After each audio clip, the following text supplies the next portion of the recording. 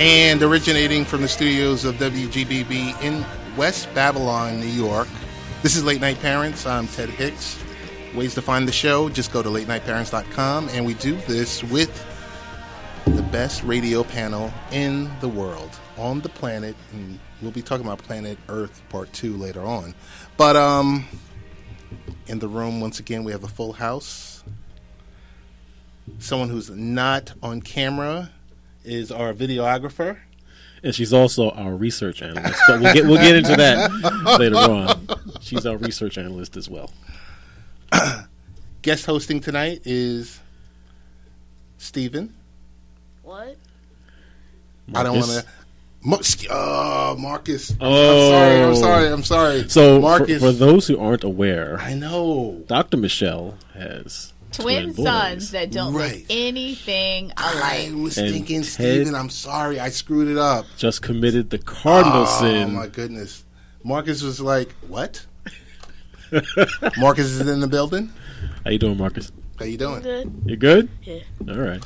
Also, we have Richie B. How you doing? Teddy Ted, I'm good. I am good. Had a good week.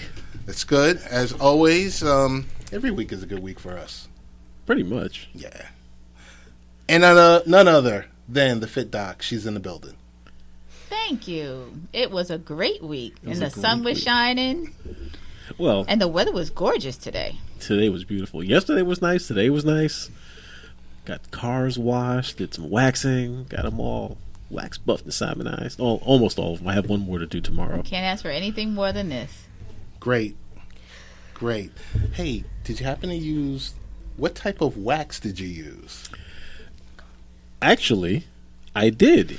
I used turtle wax on one vehicle Ah, okay. because they have been a supporter for a long time, and we've done things with turtle wax. Yes. But got my son's car all waxed up, got it shining. Looks like it's brand new almost now. And then also we did some stuff with McGuire's. They have a nice product to it. Did that on my car. Okay. And got things all shined up. Cool. So Ted, like I've been telling you, you got to bring your vehicle around. Yes, I know. Oh, wait a second. Here we go again. What? He can bring his, but I can't bring mine. No, no. boy. But Of didn't course you you just? can bring But yours. wait, didn't you? Go ahead, keep talking, Marcus. It's okay. Don't even go See, there. I'm not gonna say. See, Ted and I have a long-standing thing where he's supposed to bring his vehicle by. Oh wait, what cars do you have? The Camaro, a Honda Accord. Now, one of my sons just bought a Mustang and a minivan.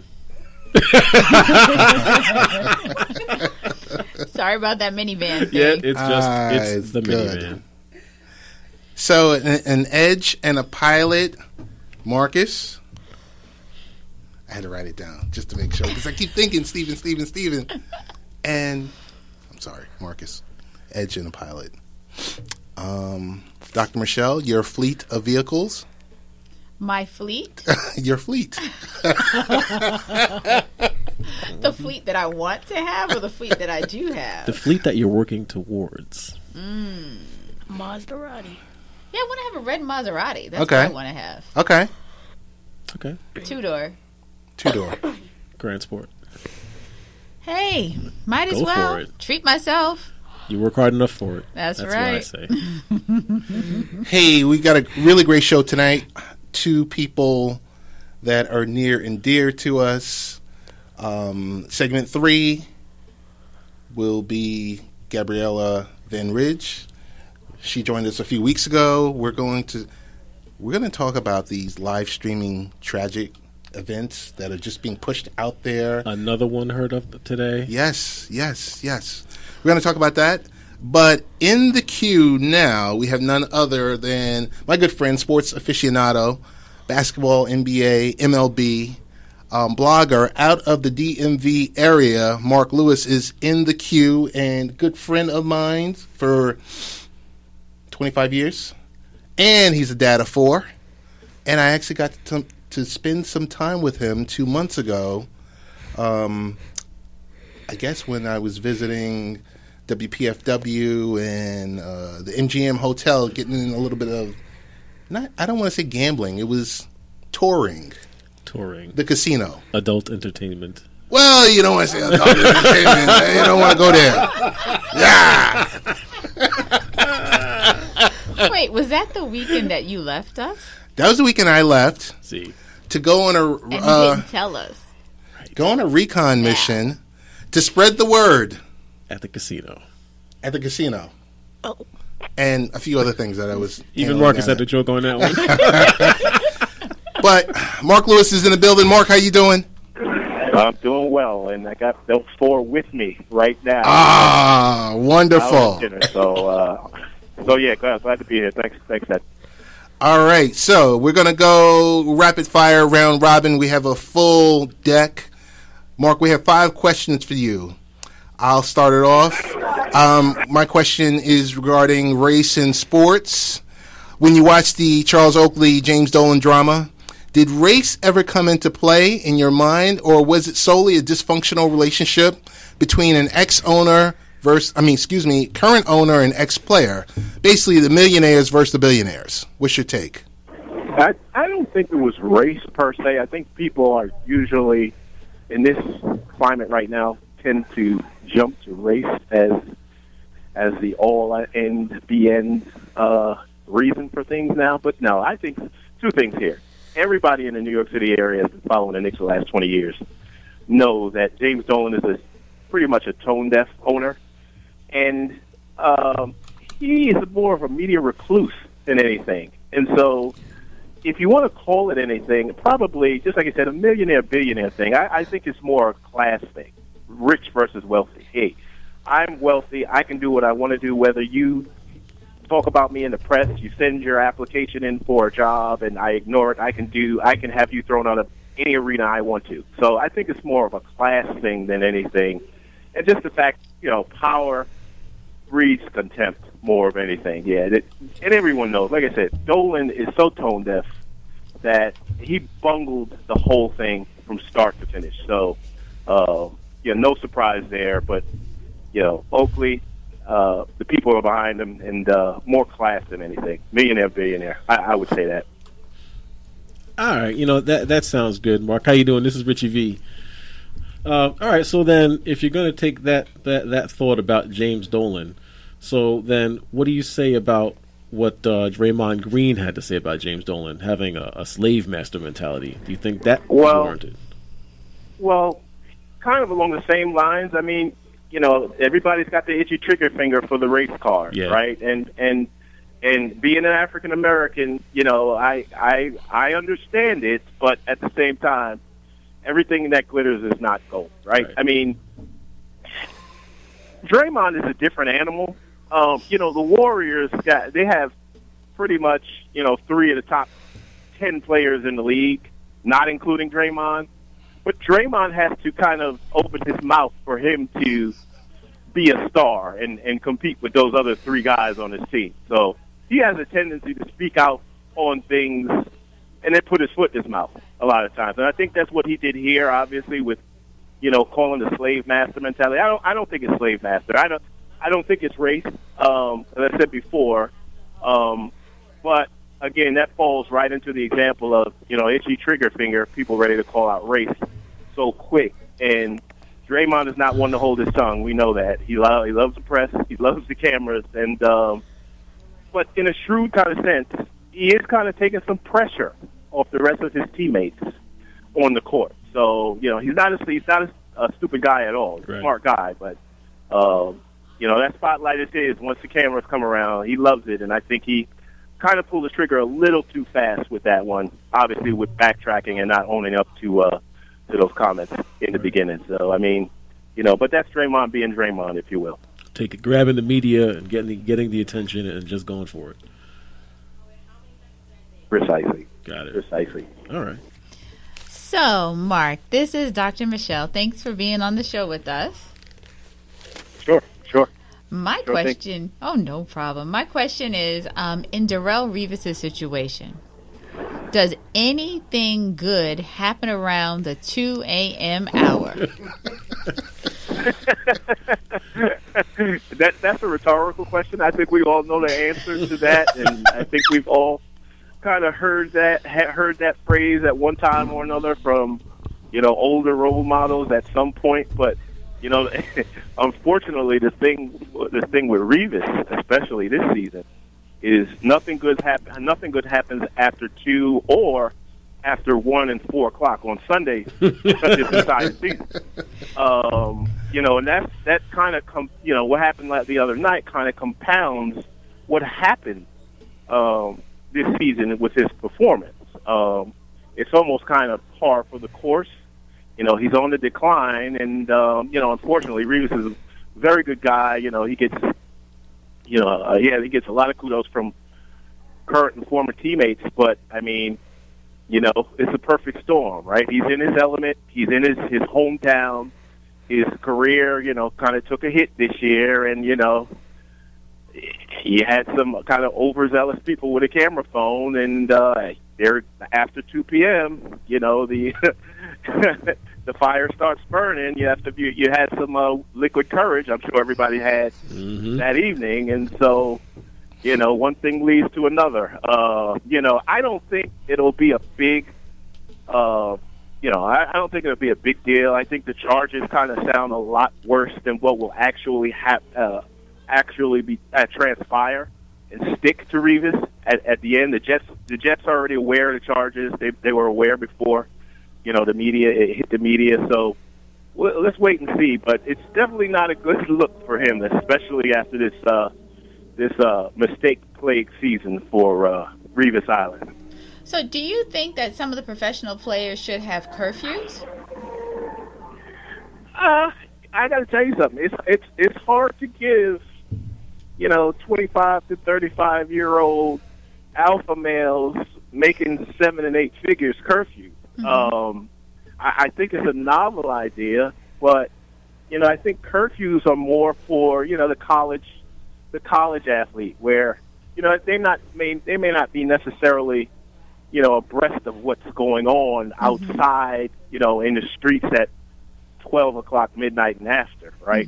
I think it's kind of tough when you shove money in a lot of these, athletes' faces and then tell them, hey, you guys in before 10 o'clock. It's a tough one. I mean, because I give you a prime example. I mean, I live in the D.C. area, and, D.C., even though it's an important, significant city, it's kind of a small city. And you routinely see Wizards, Redskins, Nationals just out and about, 11, 12 o'clock at night, frequenting, the nightclubs, the restaurants. And it's kind of the thing to do here. And I would imagine in smaller cities like OKC and others, there's not much else to do after you kind of gotten off the field and to unwind is to do that. So why it may be a good idea. I think that'll be a hard nut to crack to try to impose any kind of curfew on any professional athlete. Okay, that's no problem. All right, next up we have Marcus. He has a question. If you played for the Patriots and Tom Brady tried to persuade you to visit the White House, what would be your response? That's a good question, Marcus. I think the first thing I would do is hold up a mirror to Tom Brady and say, hey, well, where were you with your last championship? Weren't you supposed to be going on a family vacation when you won your when they beat Seattle? But 2 days later, he was in Foxborough, as we all know, practicing. Right. So, I think the first thing I would say would be, hey, Mr. Pot, you can't call the kettle black. So, Tom Brady, maybe he kind of, I don't know if he realized it, but to a large extent, he kind of started this ball rolling a few years ago, and so, he made this bet, and everybody's laying in it now. So, I guess that's what comes along with being a 5-time Super Bowl, all-world, all-everything quarterback. And Marcus has a follow-up question. If you were Carmelo and you felt disrespected, what would you do? Well, I got to tell you something. I think Melo, if I was Melo, I mean, the worst thing he could do to everybody else involved, the Knicks, Phil Jackson, Dolan, is just live out that contract with the Knicks. I don't think that's realistic. But if I felt disrespected, I think what I would do is say, you know what, I'm staying for as long as I want to. And as long as I got my no-trade clause, which you guys gave me, by the way, a couple of years ago, and I'm going to live that contract out to the last penny. But to be fair and to be real, I mean, Carmelo has handled this so graciously, better than any athlete probably in any big city with all of this media scrutiny over the last, 5-6 years. He's done a yeoman's job of ignoring the press, not succumbing to cheap shots. He'll be fine. And I think he won't be a Knicks much longer. He'll probably live out the Knicks for this year. I think once they start next year, he may okay a trade probably to one of the two teams that have been reported over the last few weeks. I have to agree with you. I think that's probably what's going to happen. This will be the last season with him. But how much more time is left on that contract? 2 years. I think, it's 2 years. All right, then, yeah. It doesn't really matter much either way. Nope. Yeah, exactly. Hey, Marc, want to definitely thank you for joining us tonight. I think we only listed your way of getting in contact with you via Facebook. I know we're working on stuff in the future to get you to start writing for Late Night Parents, and it's. But for right now, if anyone wanted to get in contact with you, what's the best way? Well, I just Johnny Come Lately. I just opened a Twitter account. It's the Marc EG at the Marc EG, and it's 2 E's, TheeMarcEGEE, the Marc EG at the Marc EG. Perfect. And welcome to Twitter. Thank you. I'm sure I got a lot to catch up on. So thank you. Definitely. Well, enjoy your family, and I hope to see you in April. Is he coming up for the run? No, he's not coming up for the run, but I'm going down for MGM. You see that, right? To enjoy myself. But we'll definitely get you involved in the run and talking about it in the DMV area. Absolutely. But maybe Dr. Michele would like to tell you really quick about the run that's coming up. On Sunday, April 9th, Late Night Parents is going to be participating in the JFK Run the Runway, which is a 5K, so only 3.1 miles. And they usually have an airplane on the runway at the halfway mark. It's a very great experience. The airplanes are flying overhead next to you, coming in towards you, and plus you'll be getting some exercise outside for a little bit. So you're welcome to come. It's only $18 if you register with us. Otherwise, I think it's $25. Okay. So it's a JFK Run on the Runway, and you can run or walk. I think some of the team is going to be walking, and some are going to be running. Running, right. And some maybe that night before that might have a frosty beverage in their hand. I don't know. Be stumbling. Like, who's he talking about? Oh my goodness! But as always, Marc, thanks for joining us, and we look forward to hearing from you and speaking with you in the very near future. Good talking with you, Marc. You bet. Thanks, guys. Thanks, Marc. Take care. So that was Marc Lewis from DC. As I said, sports aficionado, talking NBA, NFL, race, and all the above. But this is Late Night Parents with Dr. Michele, Ted, Marcus, and Rich, and Linda, our videographer and director of research and development. Yeah, there you go. There you go. As we segue to the next segment, Dr. Michele, I had a question because I sit there and I surf all the time, and we always tweet you, but you rarely tweet us back. That's because I don't have the researcher or anyone else that is tweeting on my behalf. Gotcha. And unfortunately, but fortunately, I will be in the middle of seeing patients when you're tweeting. Okay. So I think it's kind of rude if I like start responding back and retweeting. So That's when true. I try and catch up and do stuff when I can.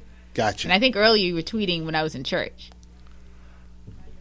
But wait, I was in church also. So he was tweeting in church. I was not tweeting in church. Well, maybe I was. Maybe you were. You were. No, I don't think I. No, you were.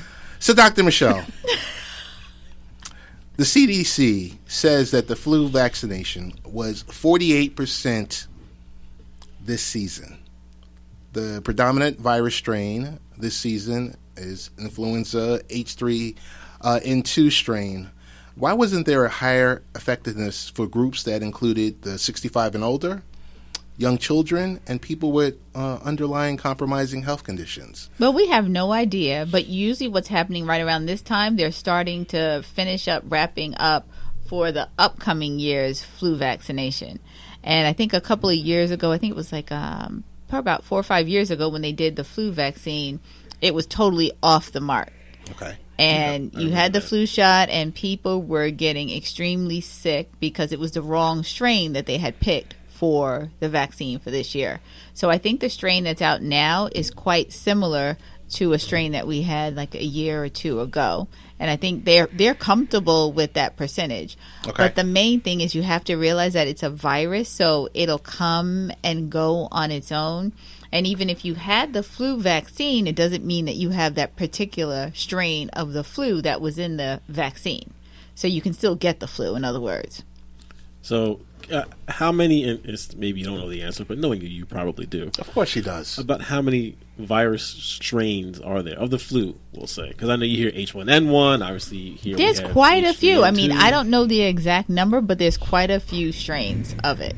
And what they're trying to do each year before they head into the flu season, they're trying to figure out what's going to be the popular one, looking at the trends. And they feel that this year they're fairly head on as far as on the target.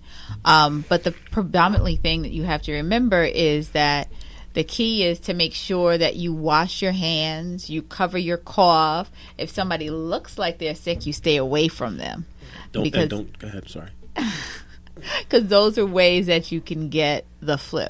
And of course, the most important thing is if you or your child, because we're late night parents, if you or your child is sick, don't go to work and don't send your kid to school, and don't tell your kid not to tell anyone that they took any medicine because they had a fever.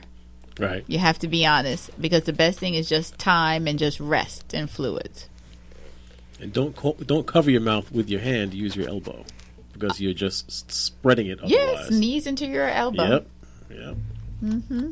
So, if I get this straight, Dr. Michele told me if the kids are sick, Stay home. stay home. And someone has to stay with them Okay. if they're of that age. I'm not saying, okay, your second grader gets sick, so don't stay home. Yeah, I mean, you got to stay home. Somebody Right. has to stay home with Right. them. Oh, we have a question. Yes, Marcus. But what if, like, both of your parents are busy and, like, your grandparents are, like, really old? Well, somebody has to stay home with your child. Well, that means they probably have to go to their next door neighbor or something like that. Well, sometimes some kids have to go to their next door neighbors if their parents are unable to stay home. But you can't go to school when you're sick. Do you remember years ago when your kids were in Head Start or pre-K, and you would drop your child off, and you would always see that parent?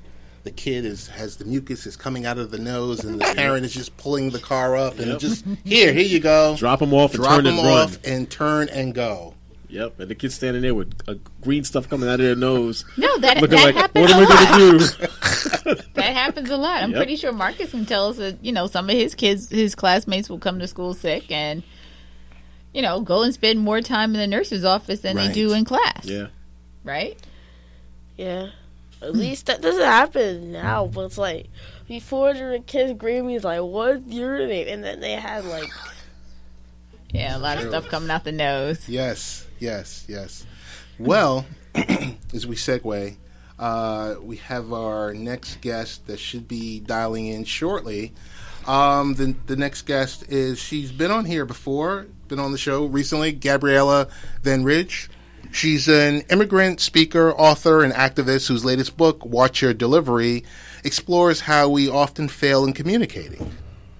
Gabriella was born Muslim in Pakistan, but raised Catholic in the Netherlands by her adopted family, giving her a special perspective on immigration and cultural topics. Because the thing about it is, I'm going to stop right here to say, though that's not the topic, right, it's a current topic that that's shoved into our faces nowadays with, immigration rules and executive orders and, Muslim ban, or I don't want to call it a Muslim ban. Right. Yeah. Well, it is a Muslim ban. We were in church today, and that's what was mentioned. It's a ban on people of a certain religion, so it is a ban. Right. And who was I going back and forth with? One of my buddies, who's longtime friend. He said, "Oh, it's not a Muslim ban," and I said, "Okay, it's a ban on Muslim people on 7 countries where Muslims reside." It's wordsmith nowadays. It's a technicality. Yeah, it's so, and we know within probably the next 72 hours there's going to be a new executive order out there. Yep. That's basically going to be the same reorder with a few words erased. And I'm wondering, are we going to have that chaos and mayhem again? I think it'll depend on whatever comes out from this. Like you're saying, it'll be tweaked. It'll be maybe this time it might actually have gone by some attorneys, or someone will have evaluated it and said, okay, this is what we got to do this time to give this a semblance of legality. But we're speaking hypothetically because nothing has been said yet. But you got to hope at least there's at least some common sense to it this time. Yeah, and it's communicated the right way. And yes, we're not bashing the president or anything like that, but as we saw, within 90 airports, I think total chaos. Yep. Total chaos, and we were, the news media, or the fake news that everyone likes to talk about, was reporting that, hey, if you have an H-1B, if you have a green card, you can get in. Some airports you couldn't get in. Yep. But, uncertainty combined with fear is now the common state of the mind within immigrants in the U.S. The chaos with the Trump immigration ban and the recent immigration raids with ICE, has been reported around the country and has spiked feelings in millions of legal and illegal immigrants in our country. That's a topic and a segment within itself. So we're going to actually ask... we're going to ask Gabriella to join us again just to talk about immigration and everything else like that. But tonight's topic is live-streamed events, tragic events. Is this the new norm? Is this the trend? Gabriella Van Ridge is in the queue right now. Gabriella, how you doing? Hi, I'm doing great. How are you guys? Wonderful. Doing well, thank you. Wonderful. So, Gabriella, it's becoming common to see tragic events live streamed on social media. The recent beatings of a special needs teenager in Chicago, the suicide of a 12-year-old in Georgia, and the 18-year-old mother taping her child to the wall while cleaning in Ohio, all posted on Facebook Live and raised concerns about the reasons of this trend. Yeah, I think it looks like it's new because we don't know the live streaming that well, but I think human nature is the same, and that part hasn't changed. We just found another outlet to use what we do and now proliferate it even more.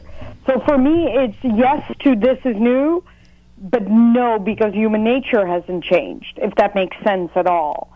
So, for example, if you look at all these cases, they have one big common denominator, and that is they all want accolades. They really need the accolades, and the live streaming gives that to them. Because before that, we would use videos, right? Think of the iPhone. It came out 10 years ago. Mm-hmm. So we used to make videos, and then we would upload it onto our social media.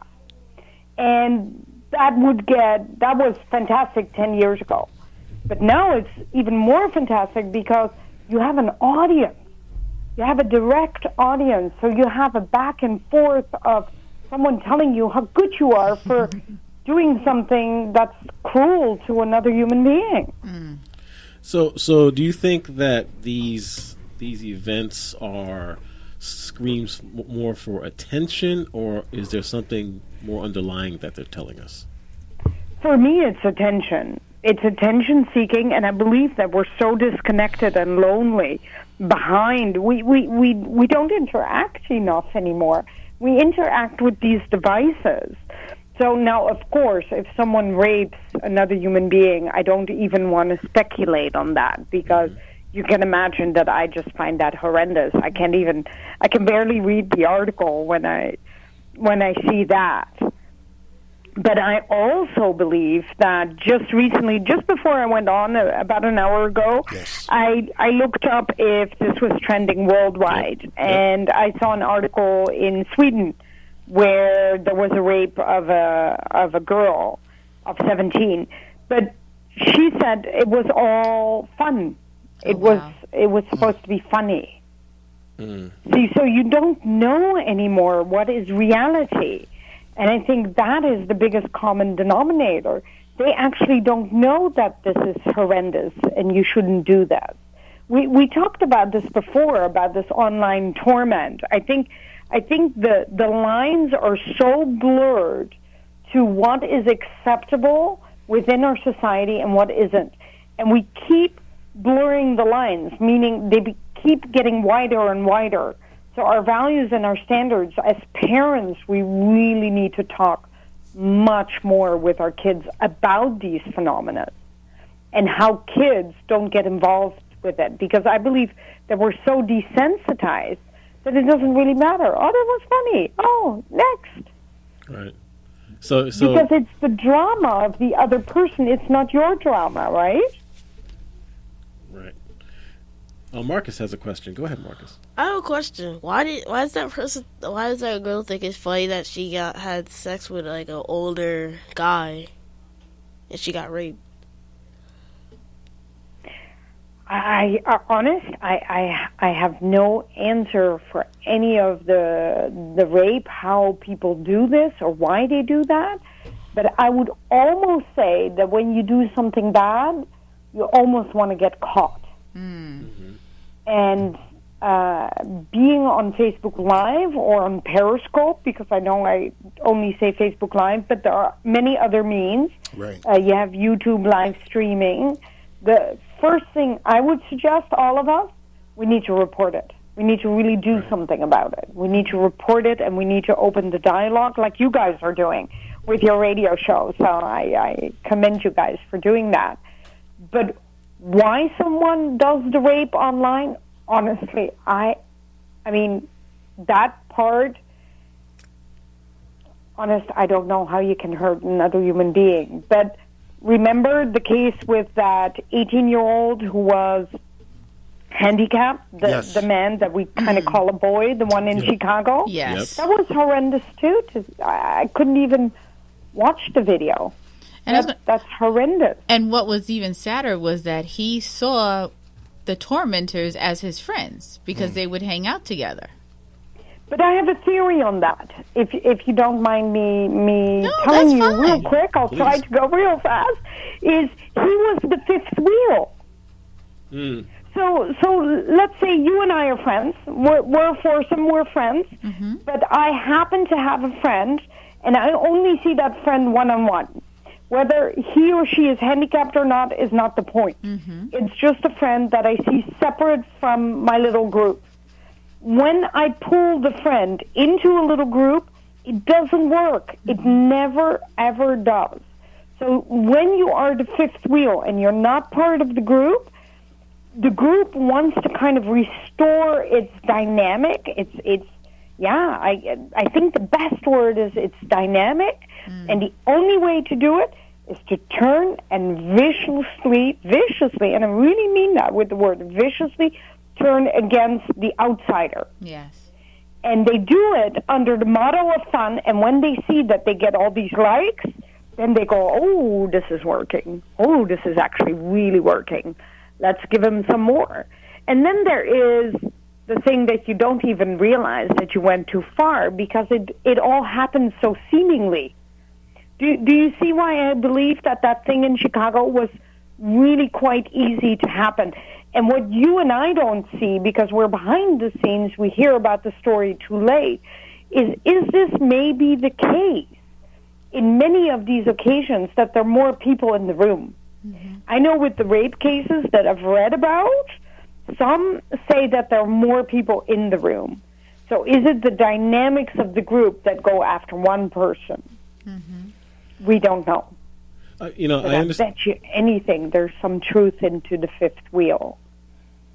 I understand what you're saying about the social dynamics, and sounds like somewhat of what used to be called mob mentality. But even with that, I would still think or hope that if a person had a certain set of moral values, that regardless of mob mentality, what everyone else is doing, if, as you alluded to before, the lines being blurred, if those lines weren't so blurred, and if there was a delineation that says, no, you don't do this, this is not, part of, I guess we'll call it your moral code, that you wouldn't allow or wouldn't stand by and just, see and be there watching while something like this happens, that, that moral code within you would stop this. But I can tell you why the moral code doesn't exist. You want to belong to the group.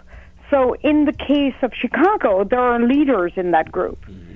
So you are pulled across towards the other ones because you have to. It's the peer pressure is so strong to belong to that group that the moral code goes out the window. Interesting. So you're not saying that it doesn't exist. You're saying that the pull of the group is stronger than the moral code. Yeah. I think the moral code exists, and I think that's why these kids, I call them kids, right? These incidences, when they happen, they say, I don't know how we got there. And they're confused. And they don't really realize the momentum of the pull. And it happens so seemingly that you're pulled over. But I believe they have the moral code, because the first instinct is to say, no, this is crazy. Right. And we hear it. We often hear it on the live streaming, this is crazy, I'm not doing that. But the pull is so strong. They get caught up with them in the moment.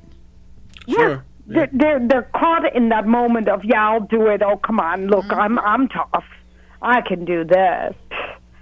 And then we forget. We forget because it's done. The deed is done. And I don't know if you heard about it, but there is one that got actually raped. There is a woman that got raped in Ohio, and she was 17, out with a 29-year-old. She started to record live stream on her own phone the rape to have, I guess, to have the proof, that this was against her consent. And when everything was said and done, she said to the police that she got so caught up by the number of likes during her live stream that she continued, that she went, oh my God, wow, this is fantastic. Which goes back to the attention. Yeah, so I guess you and I, when we hear that, we kind of go, oh gosh, how can you let this happen? Because the rape must be awful and painful, and but she got caught up. Gabriella, I have a final question for you. Yeah. The question that none of us have addressed this evening is, how do we put some of the onus on the social media companies? Currently they're trying to combat fake news. Good luck with that. But what about placeholders being installed so that maybe, I don't know, if there's some type of technology or some type of service that can be installed that maybe, yes, you go live, but it's kind of like, I don't know, The like live only TV, thing- like live TV, where there's some type of delay or there's some type of checks and balances installed. That is so funny that you say that. Last week I had an interview, and that's exactly what I said. The only thing that I can think of on video is that there should be a delay. But if there's a delay, I can tell you one thing: most of them will disconnect, Gotcha. right? Because they won't get the likes. That's true. And then they stop. Then it doesn't escalate. And if it's in a post, that I believe we already have the technology to bleep out, just like we bleep out on the news. If there's certain words used in post, when we hit enter, there is an algorithm that can be used like we do in databases to not have that post. So that it would be refused, and then when you take, for example, a bad word out, like, I don't know, I can't think of one at the moment that's powerful. Sorry about that. that it would be taken out. That I am certain that exists. They just haven't thought of it. Gotcha. But the delay would not work. We would all go and find something else. Right. Because don't forget, Facebook is just one of them. Vine is there, Snapchat is there, Periscope is there. There are too many. That's true. Hey, definitely want to thank you, Gabriella, for joining us. We know that you are also the author of Watch Your Delivery, and we want to have you come back for the trifecta and to talk about Trump's immigration ban and just the thoughts and the feelings of, you know, the millions of legal and illegal immigrants in our country. So, Gabriella, you get prepared, because we definitely want to have you come back in like 2 weeks or so. I would love that. Do you have one more second that I can Sure. just add one more word? Yes. How about finding the social media companies? How I'm about okay with working that. with a fine so that they take those people off forever from the internet for a year or something? I'm okay with that. I am too. Let's start it. Gabriella Van Ridge can be found at gabriella.global. Perfect. So happy to have you on, and we will have you back in a couple of weeks to talk about this immigration ban and the next iteration that's going to happen this week. Thanks so much for joining us. Thank you, Gabriella. Thank you. Thank you. Good evening. Talk to you soon. Bye-bye. Bye-bye. Wow. So It's getting out of hand here. yeah, it is. It is. No, because I mean, there was even an actor who committed suicide on Facebook a couple of weeks ago. Yeah. An up and coming actor. Oh no, I know what you're talking about. Mm-hmm. Yes. There's no explanation for this unless Not now at this all. is just becoming again the hot way or the big way for you to do this, and instead of leaving a note that a couple of people see, you're leaving a note that the world can potentially see. Right. And I was going to say, and then we have to have a follow-up that if things are that bad, that you need to make sure that you can talk to someone. If you can't talk to your family, there's help out there, be it you're a minister or a social worker or a psychiatrist or a psychologist. And you can always, worst comes to worst, if you're feeling very down, you can always go to the emergency room. It's true. So that's the key thing to remember. And there's hotlines out there, too, if you don't want to leave the house. Yep. It's never that bad. Yes, we have to follow up with that. This is Late Night Parents with Dr. Michele, Rich, and Ted. And we covered a lot tonight. This is the final segment.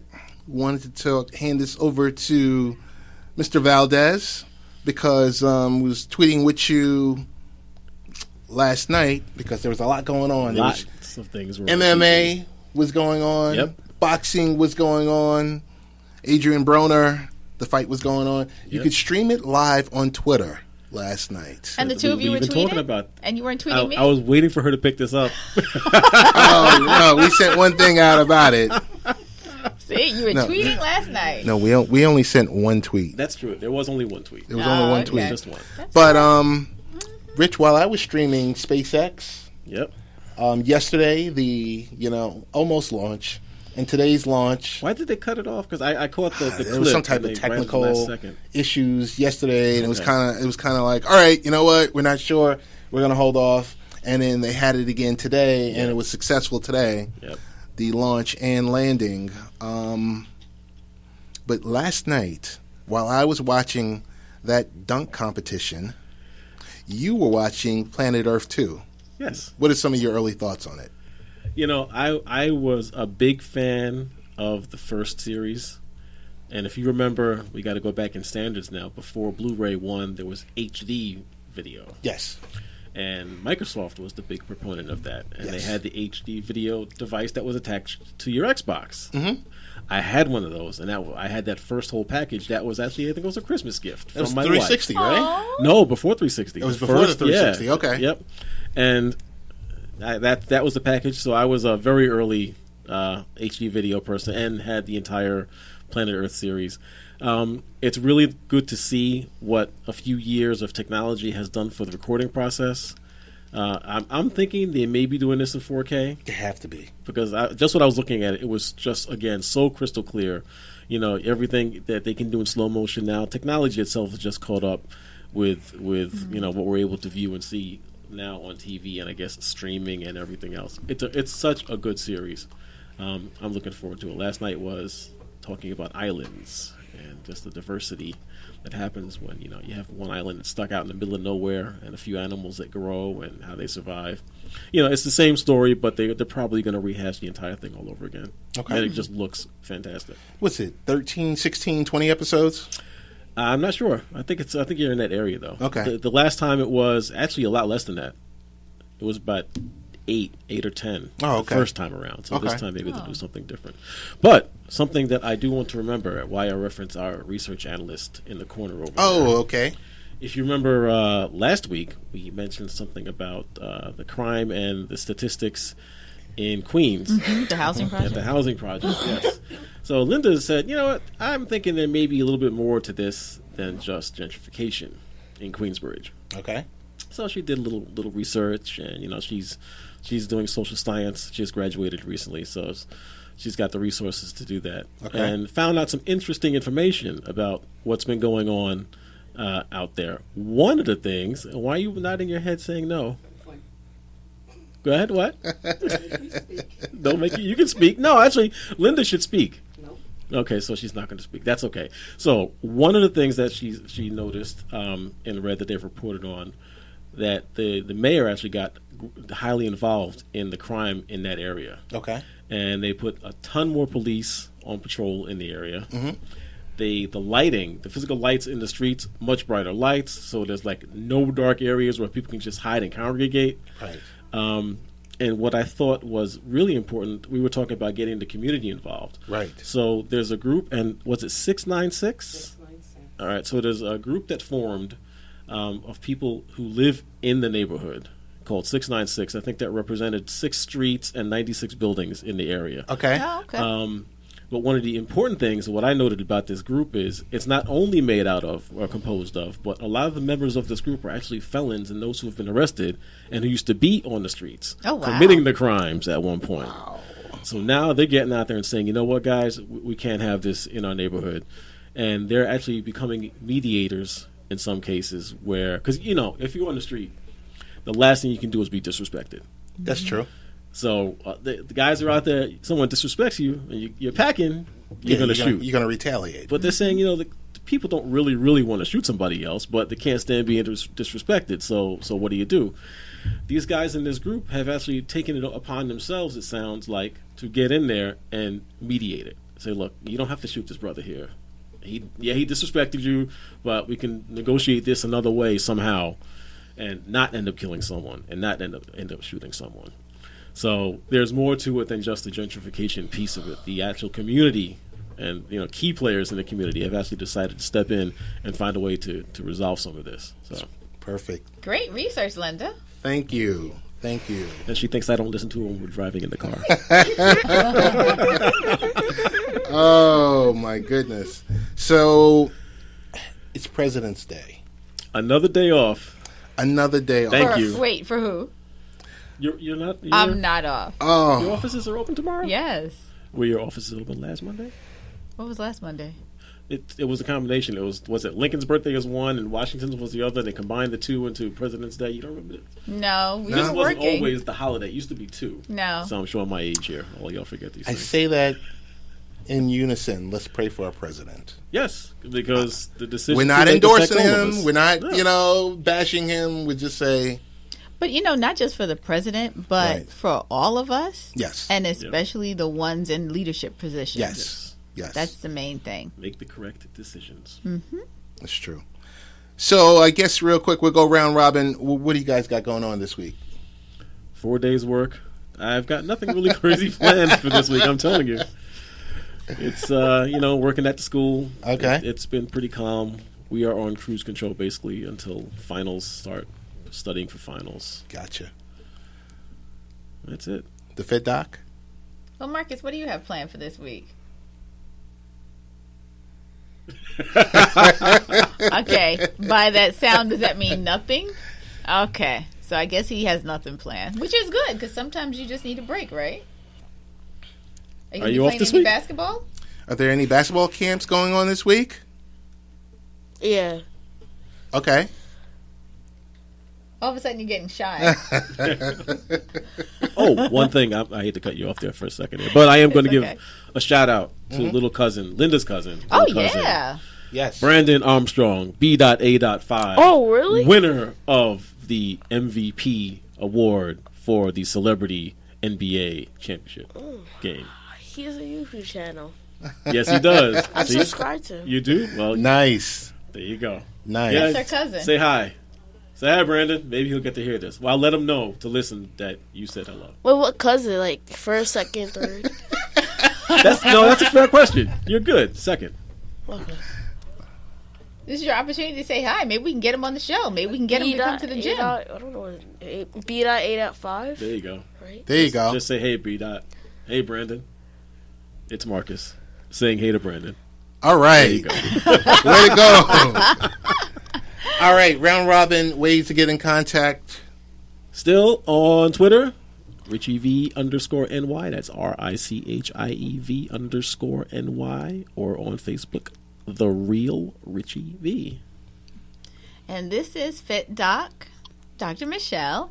And I am looking forward to this week. It's going to be a short week because I'm going to be off on Saturday and Friday. What about Thursday? Oh, so that's when you're taking off. I'm out of the office. Okay. And Thursday, too. Thursday I'm out of the office. We have a family friend, basically, that I've known all of my life. And the mom of the family, she passed away. So I'm going to be going to a funeral on Thursday, but otherwise Friday and Saturday, and I'm praying that I can get out and run because my coach sent me a nasty text message and a nasty post on our training site saying that you need to run, and she said I am not going to post any more workouts at all, and that's Coach Jackie said she's not going to post any more workouts for me unless I run.